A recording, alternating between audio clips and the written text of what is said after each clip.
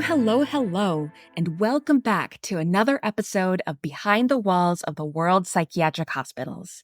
I'm your host, Dr. Sarah Gallup, and today we are heading back to the U.S. to discuss one of the asylums that was at the top of my list when I first brainstormed hospitals I wanted to cover. So I'm really excited to tell you about this one. We'll learn not only about the start of the hospital, but also some history about a well-known Puritan town. My primary sources for this episode include the Images of America book on Danvers State Hospital by Katherine Anderson and Robert Duffy, and the Danvers State Hospital website.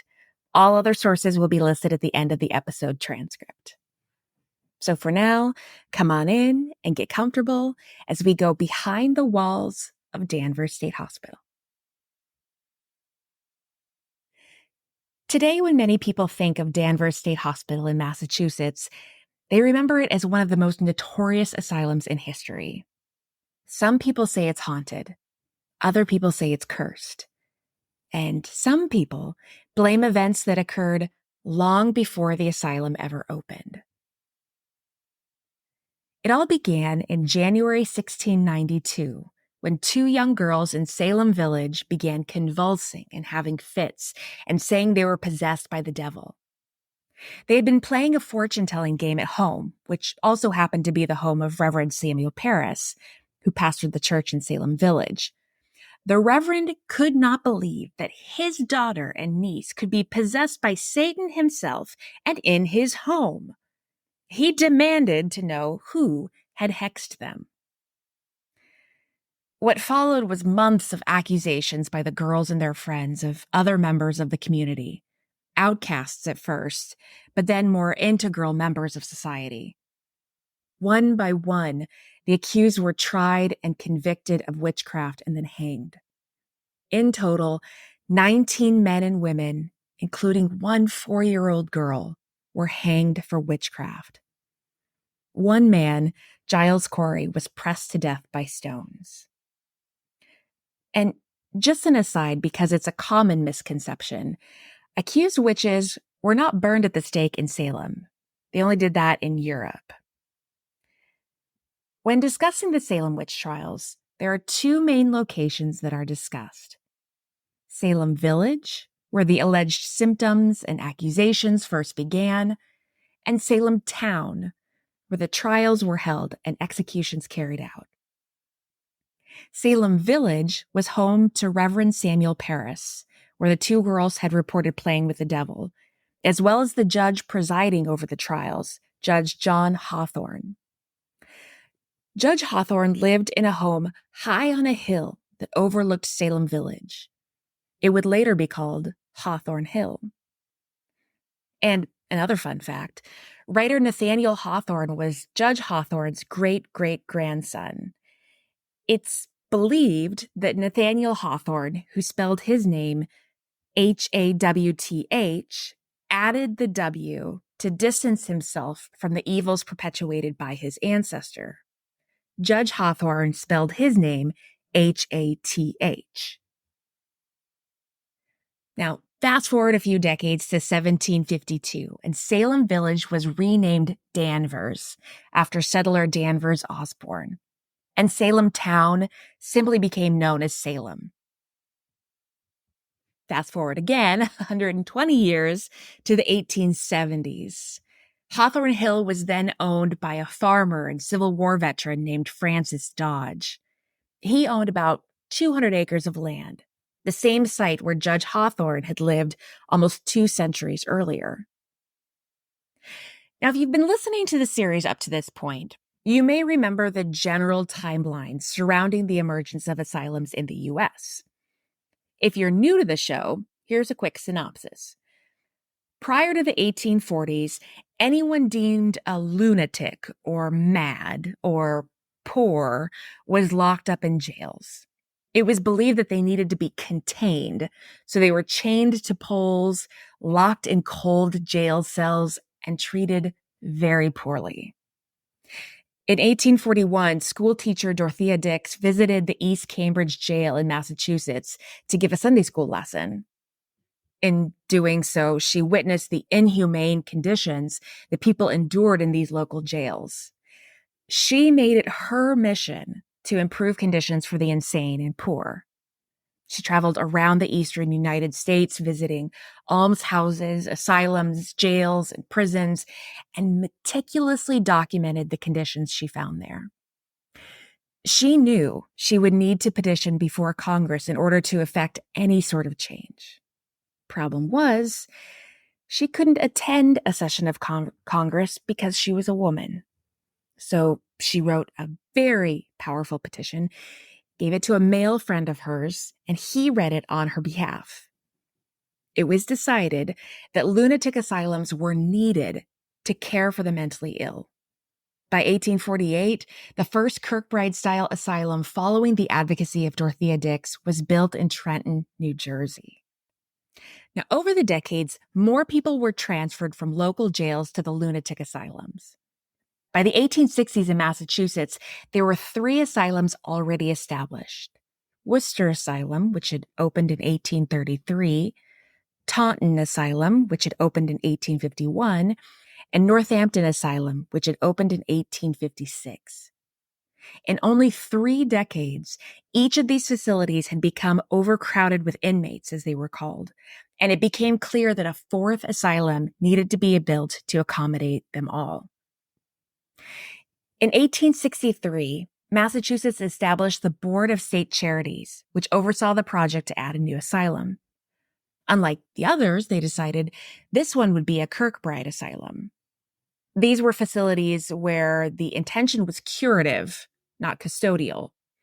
The Kirkbride model followed several basic tenets: that the asylum would, number 1, be built in the country, though accessible at all seasons. 2, be set on grounds of at least 100 acres. 3, house a maximum of 250 patients. 4, be built of stone or brick with slate or metal roof and otherwise made as fireproof as possible. 5, be composed of 8 wards separated according to sex and built according to other specifications as to size, location, and material of accommodations. 6, be organized with wings flanking a central administration building. 7, house the most excited patients in the end or outermost wings. And 8, provide an abundance of pure, fresh air. So starting in 1868, the state began looking for a location for the new asylum. They considered Nahant, somebody's going to have to correct me, Nahant, Chelsea, Dorchester, and Roxbury, but eventually landed on Winthrop. Boston architect Nathaniel J. Bradley was selected to draw up the plans for the Winthrop site, but by the time he had completed them, the state had decided to change to a different location. I couldn't find the reasons why. Maybe it wasn't far enough in the country, or maybe it didn't have as much land as they had wanted, but they decided, once again, to change locations. And that's when they spotted a farm high on a hill in Danvers. They were looking at Hawthorne Hill, where Francis Dodge had his farm. By 1873, the commissioners had offered to buy Dodge's land, and by the following year, 197.25 acres were purchased for $39,542.50. They were swayed by the land's beauty and privacy, view, and farming potential. And it was in a good location, only 18 miles north of Boston, 2 miles from Danvers proper, and 7 miles from the coal port at Salem, making it easily accessible to visitors and suppliers. So, just to connect all the dots, the new asylum is being built on the same land where Judge Hawthorne lived during the Salem witch trials. So, for some people, that was a bad omen. Nathaniel J. Bradley, the architect tasked with the job of designing the asylum, planned to use a similar design as the one he'd originally made when the asylum was going to be in Winthrop, with just a few changes. He had researched his ideas extensively, looking at asylums in Worcester, Massachusetts, Poughkeepsie, New York, Concord, New Hampshire, Philadelphia, Trenton, and one under construction in Morristown, New Jersey.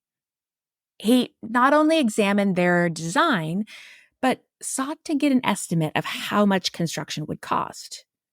Bradley estimated that the Danvers Asylum would cost about $900,000, or the equivalent of about $24.3 million today. But controversy over the plans started right away. Everybody seemed to have something to say about the layout of the asylum, or how ornate it was slated to be, or the cost. One person said it looked like it would become a hospital palace, but Bradley got to work anyway, and construction began on May 1st, 1874. There were some difficulties along the way that resulted in additional costs. Since they were building on a steep hill, there was concern about how to get all of the utilities up to the asylum. So the site had to be graded and a drainage system built. Then, as construction continued, there were several large rainstorms that revealed water damage before the asylum had even opened. So that added on extra costs. 2 years into the construction, in 1876, the commissioners for the erection of a state asylum in Danvers issued a report on the progress. They outlined the extra costs listed above and requested another $600,000 from legislature, which was given to them. They crossed their fingers and hoped the asylum would be ready in 2 years. The asylum was designed in the traditional Kirkbride style, with a large, imposing central administration block. The main facade of this block was called, appropriately, front center. The backside, rear center. The administration building housed the superintendent's office, the assistant superintendent's office, the dispensary, or what they would later call the pharmacy, and the business office. The wings on either side of the administration block were configured in a step-like pattern. 3 wings on each side, 3 wings on the other side. Now, what I didn't realize before this episode is that each Kirkbride building had at least one unique design feature that the architect brought to the project. So Nathaniel Bradley's embellishment was adding 2 extra wings on the farthest end of the building, but turned at a 45-degree angle. So looking at the asylum from above, it really looked like bat wings. As Kirkbride had intended, the most violent patients were housed farthest from the central administration area. So those 2 wings on either side housed the patients who were, quote, more excited. Each ward throughout the building had its own parlor and dining room with shared bathrooms. Many patients got their own room, although there were annex rooms that served as dorms. The annexes were modestly decorated with sheer curtains around the windows, some small framed pictures hanging on the walls. Metal hospital beds with starched linens and several pillows lined the walls. A wooden rocking chair sat next to a small wooden table where patients could place their coffee or tea. Everything looked ready for patients to arrive. 4 years to the day after construction began, on May 1st, 1878, the State Lunatic Asylum at Danvers officially opened. Dr. Calvin S. May was appointed as the first superintendent. Dr. May had previously been an assistant physician at the Connecticut Hospital for the Insane, and he seemed eager to get started on making the asylum at Danvers a first-class institution. The first patient was admitted to Danvers on May 13th, 1878. Within the first year of the asylum opening, 305 patients were admitted, and of those, 71 were discharged not long after admission. So throughout the first year it was open, the average number of patients was approximately 114 at any given time. And that's pretty reasonable. The asylum was built to house 258 patients. Dr. May, the superintendent, set out to try and discover possible causes of insanity and other mental disorders with the intent of curing as many patients as possible. The trustees in particular wanted the asylum to be seen as helpful and useful and charitable in the eyes of the public. To accomplish this, according to Anderson and Duffy, Dr. May established a cutting-edge pathology lab where doctors amassed a collection of brain tissue from each patient autopsied at the asylum. Dr. May began taking samples as early as 1879, within the first year of his tenure as superintendent. This practice of collecting brain tissues from deceased patients continued for decades, long after Dr. May resigned from his post in 1880. The State Lunatic Asylum at Danvers was surprisingly progressive in a number of ways. The first woman doctor was hired in 1879, the year after opening. I think that's the earliest I've read about so far. In one of the episodes on Oregon State Hospital, I mentioned Dr. Clara Davidson, who was hired as a lady physician in 1895. So Danvers was certainly ahead of their time. Starting in 1880, visitors came to the asylum in droves, about 12,000 visitors each year. But they weren't there to see the patients. They traveled, sometimes long distances, to see the elaborate gardens that had been added to the asylum grounds. The gardens were designed by Italian landscape gardener Ettore Giastinari, and they were located at the back of each of the male and female wings. According to Anderson and Duffy, quote, they were comprised of over 100 different beds, dotted with grottos and fountains that fed into pools, where more fountains spewed water into the air. Flowers in one bed were laid in the shape of a sundial, while another bed formed a calendar in the shape of a scroll. Another was made to announce the weather of the day, while yet another bed marked the 4 points of a compass, end quote. I don't even know how a garden can announce the weather of the day, but I love the idea. And so I'll add some pictures to the Facebook and Instagram pages so you can see how ornate these gardens are. I would describe them as, in unprofessional terms, swirly-whirly. There were these wavy walking paths and all sorts of different types of flowers and hedges, and it's really something spectacular. No wonder so many people came out to see. With fancy gardens and an elaborately constructed building, people once again started to wonder if all of this pomp and circumstance was really appropriate for a lunatic asylum. Was there too much ornamentation in the new building? Even Pliny Earle, the superintendent at the Northampton State Hospital, said he, quote, decried the trend to excessive ornamentation in hospital architecture, suggesting that domes, tower, and turrets are very appropriately situated at universities, but are scarcely appropriate when they stand as monuments over the misfortunes and the miseries of men, end quote.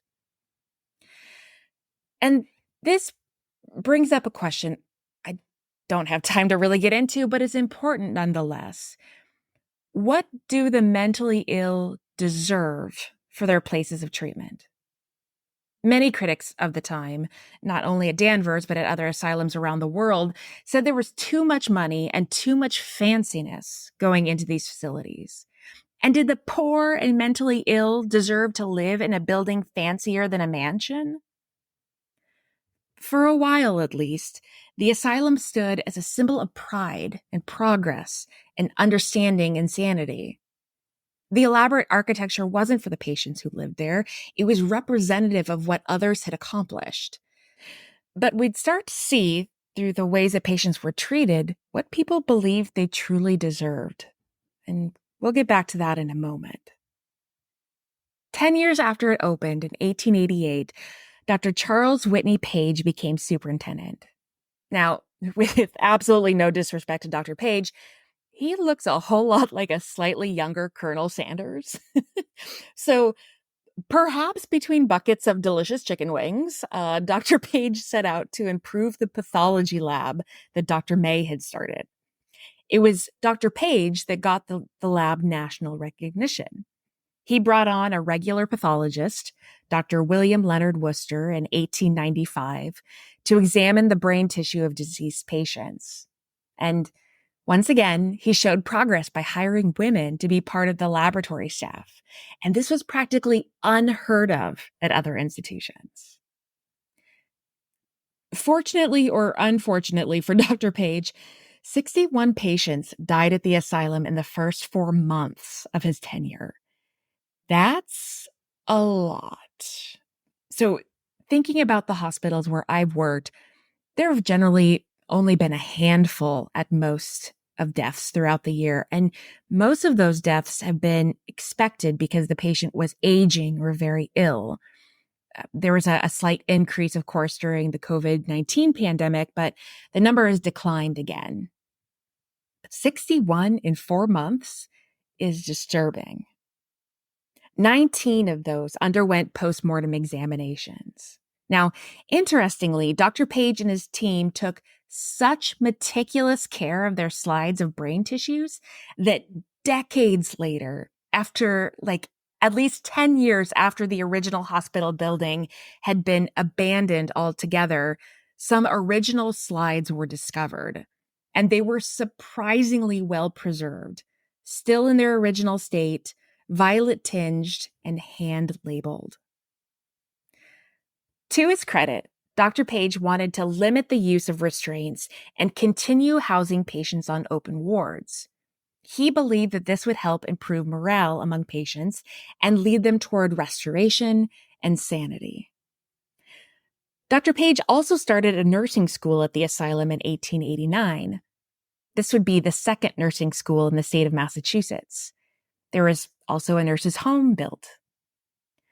Within the next 10 years, by 1898, Danvers was considered a leader in psychiatric treatment. The State Board of Insanity said it was one of, quote, the most advanced institutions of the kind in the country, providing all practical means possible for the intelligent treatment of insanity as a disease, end quote. Part of the success at this time was due to changes in who was overseeing the asylum.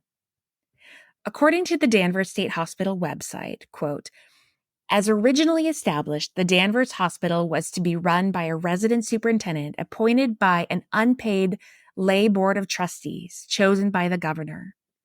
Central authority lay with the Board of State Charities, which after 1879 was called the State Board of Health, Lunacy, and Charity. In 1898, the leadership role of the Commonwealth of Massachusetts radically advanced with the information of the State Board of Insanity, the first in the United States, end quote.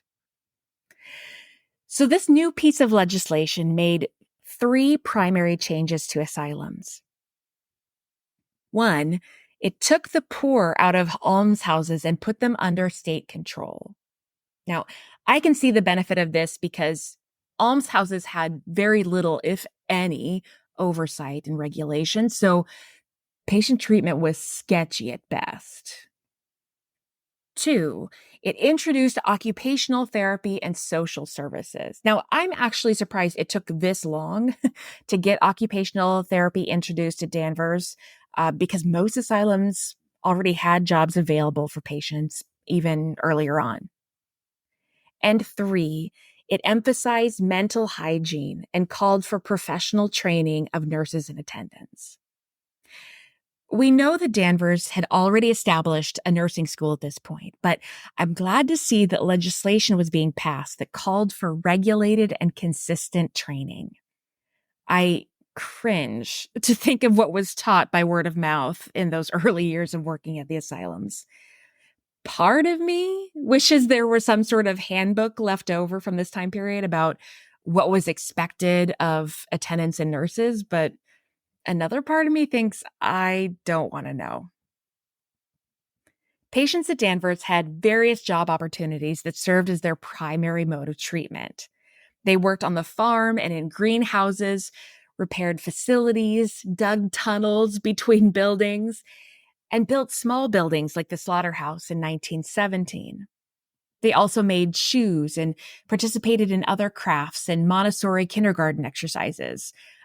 I'll, I'll admit I'm curious to know how they participated in kindergarten exercises. I sure hope there was plenty of oversight in that program. Patient crafts were even sold to the public or sometimes exhibited alongside other therapeutic techniques, quote unquote, to show what was being used at the hospital for treatment. Now, remember that medications like the ones we use today weren't in use yet at the turn of the 20th century. The primary forms of treatment were work, fresh air, and hydrotherapy. We've discussed hydrotherapy in previous episodes, but if you're just joining us for the first time, hydrotherapy was not nearly as pleasant as it sounds. I always thought, like, great, a nice bubble bath would be calming and do them some good. But this was not really a relaxing bath. Often they'd have someone sit in a tub with a canvas covering over them to keep the warmth in and prevent the patient from getting out. And they'd lie there for hours. And when they were done, the next patient would come in and get in the same tub with the same water as the previous patient had used. It just absolutely baffles me that they were able to get away with that for so long. I mean, there was no concern for communicable diseases, and the whole concept of sterilization had only been introduced like a decade prior. And I'm unsure how widespread sterilization was by the end of the 1890s. So remember that at this time, more and more patients are transferring from other asylums as well as jails in Essex County and Boston. By 1901, the patient population had soared to over 1,000 in a building built for 258. The hospital was already outgrowing its original state. In 1902, an additional 100 acres was acquired to expand the farm. Construction began around this time, and several buildings were added to the property, mostly to support work on the farm. A residence was also built called Middleton Colony and was intended for female chronic patients. Just a reminder that chronic here refers to patients who won't see relatively quick improvement in their illness. Many of these so-called chronic cases were actually folks with developmental disorders or severe cases of psychosis. Now, to the credit of hospital administration, as early as 1907, there was advocacy for a preventive mental health program at Danvers. I wish I could have found more information about this, but the fact that it existed as early as 1907 was all I could find on these preventive programs. You may recall that one of the features of the Kirkbride Hospital plan was using brick as a fireproofing method. Hospitals around the country would learn the hard way that this was not an effective way of preventing fires. In fact, most of them remained at extremely high risk of fire.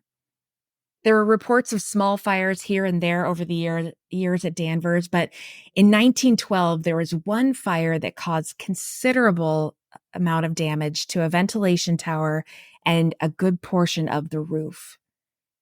I read the original newspaper article from this incident, and it described patients and staff alike as cool several times.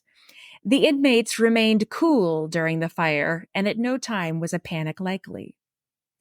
I find this a lovely juxtaposition of words. Less cool in 1912 was the introduction of the eugenics field worker to the hospital. This person hoped to add to the research efforts put forth at Danvers. Their task was to reach out to and study the families of those committed to the hospital. And this is both fascinating and horrifying to me because families don't really owe this person any sort of explanation for where their family member's mental illness, quote, came from.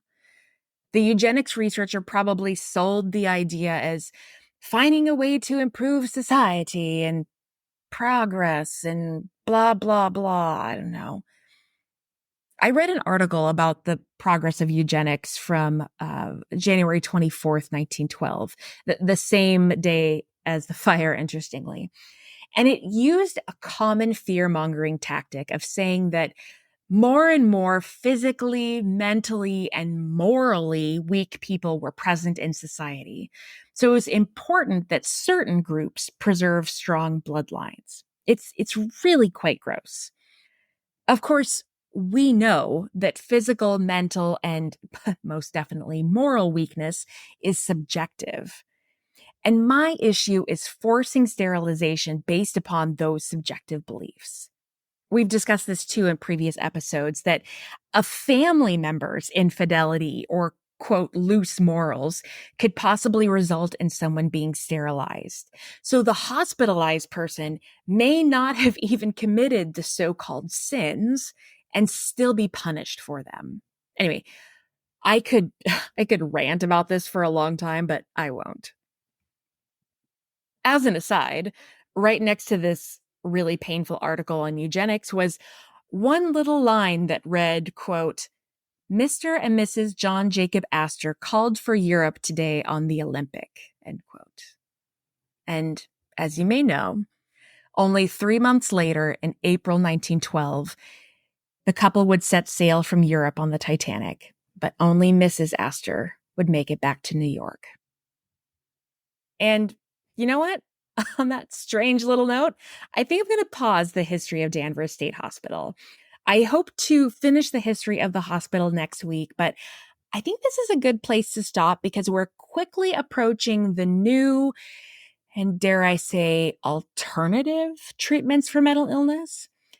This is where psychiatry began to be emboldened and where treatments of patients took a steep decline. So I hope you'll come back and listen to part 2. Again, I'm very excited for this hospital series because the last episode will have something extra special for you.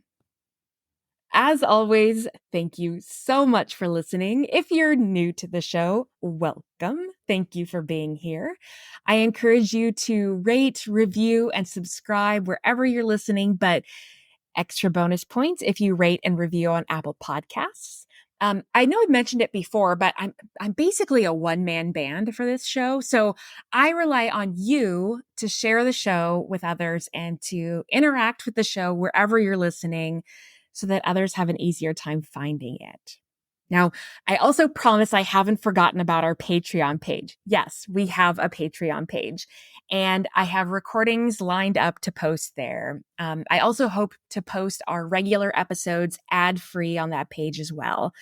I think right now I just have like a $5 a month tier. So if you would like to support the show and help offset the cost, that would be cool. Cool. As cool as those patients calmly escaping the fire. Sorry. I've provided a link to the Beacons page and Patreon page in the show notes. So be looking for those there. And just a last quick note. I was talking to my patients this week about gratitude, and they made a terrific list of all the things, big and little, that they're grateful for. And I was struck by just how grateful I am that any one of you is listening to my little show. I know I've said it before, but I was convinced that only my mom would be listening. Hi, Mom. But it's been so fun to see the stats of people listening all around the world. I am so grateful for that. So thank you for listening, for checking out the Facebook and Instagram pages, and for coming back week after week. But as always, remember the words of Maya Angelou: do the best you can until you know better. And then when you know better, do better. Until next time. Thank you so much for listening to Behind the Walls of the World Psychiatric Hospitals. Once again, I'm your host, Dr. Sarah Gallup. Cover image is by Christopher Payne. Check out my website at behindthewallspodcast.buzzsprout.com. Follow the podcast and learn more on Facebook at Behind the Walls Podcast and Instagram at Behind the Walls Pod.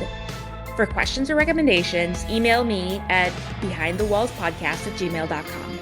You can find new episodes every Monday on Amazon Podcasts, Spotify, Stitcher, or wherever you're listening right now. If you like the show, please rate, review, and subscribe on Apple Podcasts. It helps other people find and listen to the show, and I would be so grateful. Please stay tuned for more episodes of Behind the Walls of the World's Psychiatric Hospitals. Until next time.